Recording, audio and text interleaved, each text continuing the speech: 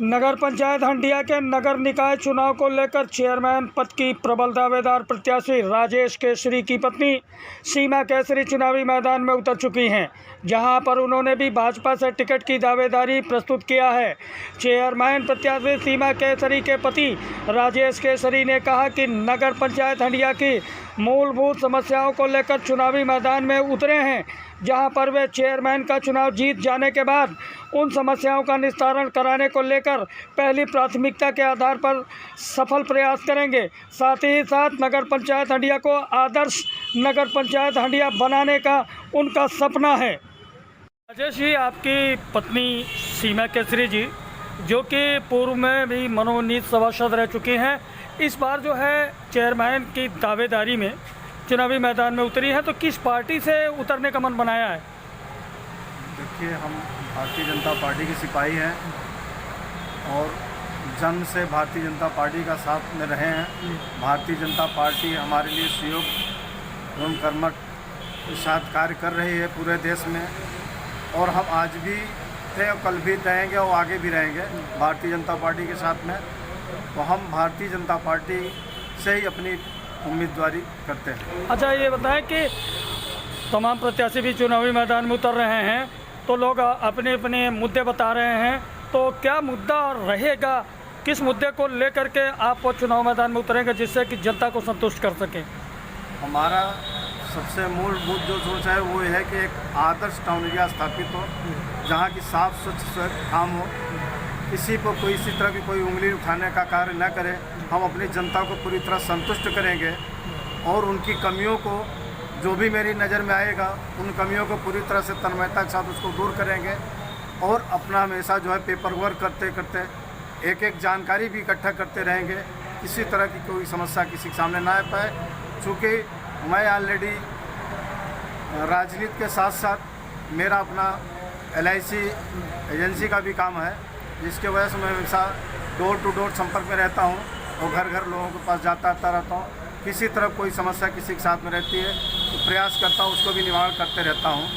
अच्छा, ये देखा गया है कि जब चुनाव का समय आता है तो बड़े बड़े दावे लोग ठोकते हैं, बड़े बड़े वादे करके जनता को लुभाने का प्रयास करते हैं, लेकिन वही प्रत्याशी जब जीत जाते हैं तो फिर जनता की तरफ पलट करके भी नहीं देखते। तो कहीं जीत होने के बाद आप भी तो नहीं पलट जाएंगे? क्या कहेंगे आप इसको लेकर के? मीडिया प्रभारी जी, मैं आपको आश्वासित करता हूँ। बाकी मैं तो समझता हूँ कि हमारे टाउन की जनता मुझे अच्छी तरह से जानती है कि इनका काम फील्ड वर्क है और ये हमेशा जनता से कहीं न कहीं जुड़े रहते हैं, 24 घंटा जनता के बीच में ही रहते हैं और हमेशा घर घर में लोगों के साथ में जा कर के उठना मिलना बैठना, और हमारा इस तरह का कार्य है जिसकी वजह से हम जो है उस कार्य को सुचारू रूप से चलाने के लिए, कार्य करने के लिए, उसको संपन्न कराने के लिए, टाउन एरिया की जो भी समस्या है उसके लिए मैं अपना समय भी हमेशा दे सकूँगा और देता भी रहूँगा। इसलिए कि साथियों, मेरा संग साथ सबसे है और हमेशा रहता भी है। मैं सबके साथ में जुड़ा भी रहता हूँ, सबके साथ कंधे से कंधा मिला के चलता भी रहता हूँ, को दूर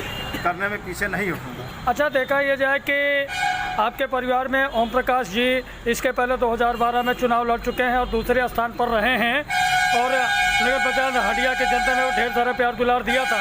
तो इस बार उनके नाम से, या आप तो उनके परिवार से ही हैं, तो कितना फ़ायदा आपको मिल सकता है नगर पंचायत के हंडिया की जनता से आपको?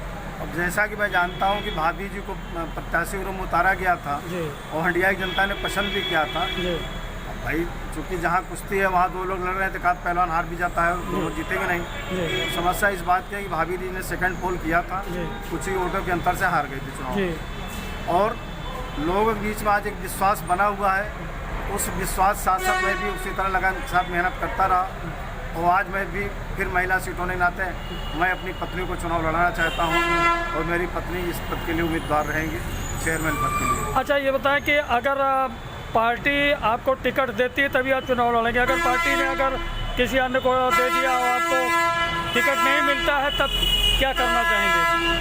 नहीं, देखिए, पार्टी की जहाँ तक बात है, पार्टी को हम बुला नहीं सकते, चूँकि पार्टी मेरी है और मैं पार्टी के साथ कंधे से कंधा मिला चलता हूँ।